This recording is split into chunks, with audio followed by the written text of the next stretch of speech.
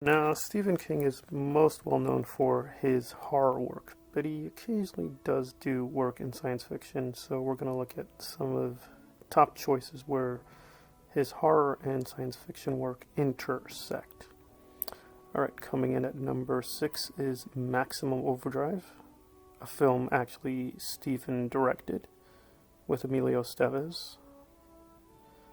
It's not a spoiler to describe at least the basic plot, which is essentially the machines or technology turns on human beings. If you don't play close attention, you might just think it's arbitrary, but there's a reason why the machines rising up against us occurs. The film it's okay. It's not very good.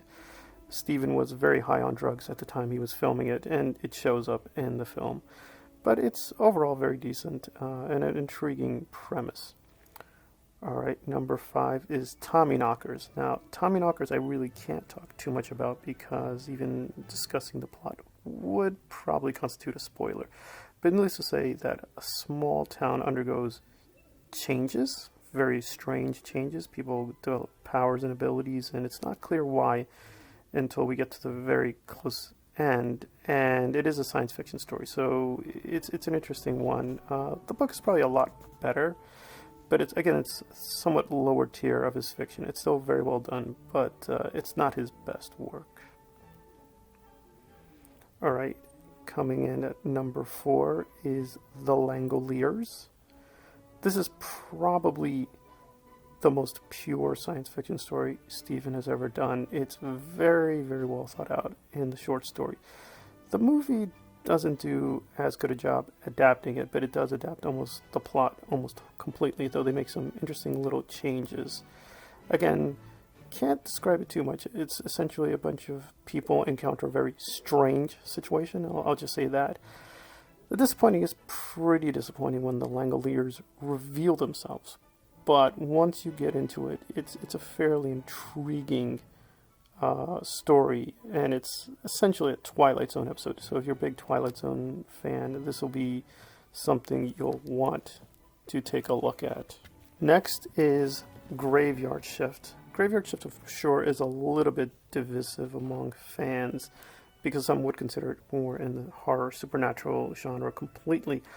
The way I take it, I can't say too much. The creature I would take to be a kind of naturally evolved creature, and why he poses a threat is mostly as a natural being. But again, one could differ on it. The short story it's based on is very, very different. It does have some of the same elements, but it doesn't really have like this big monster as the film does. I would just warn, this is pretty graphic, and for the time, I think very effective, especially towards the end. It's been sort of overlooked, but it's a very good mixture of science fiction and horror.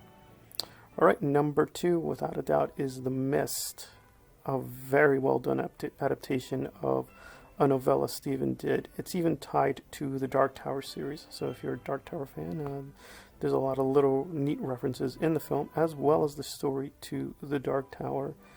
Again, can't say too much. It's, again, very similar that a town is bedeviled, as in Tommyknockers, but here the causes, they're not revealed until the end, but they do face creatures, right? I think it's fair to say that, it's sort of a town besieged by monsters, but why is really what makes it a science fiction story, and it's a pretty satisfying, if grim, ending, and there's several alternative endings, so you can look up both endings if you please.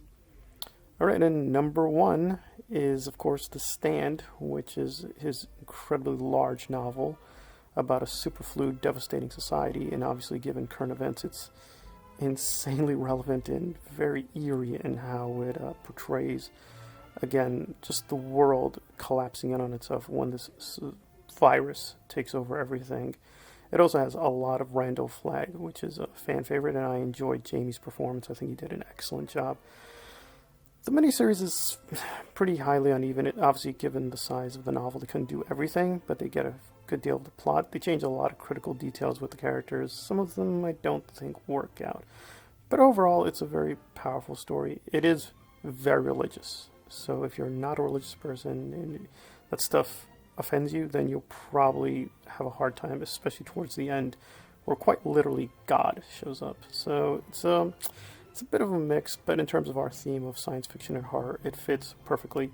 A final honorary mention is probably The Mangler. The Mangler probably falls a little bit more into the horror genre. It has Robert Englund, yes, Freddy himself, but I think it's legitimate to consider it a sort of mixture of science fiction and horror. Again, The Mangler, an overlooked little gem from the 1990s.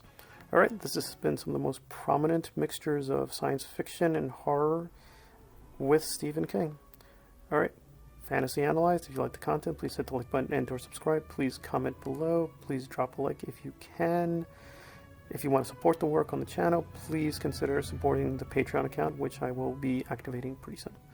Thanks for listening. Happy Halloween.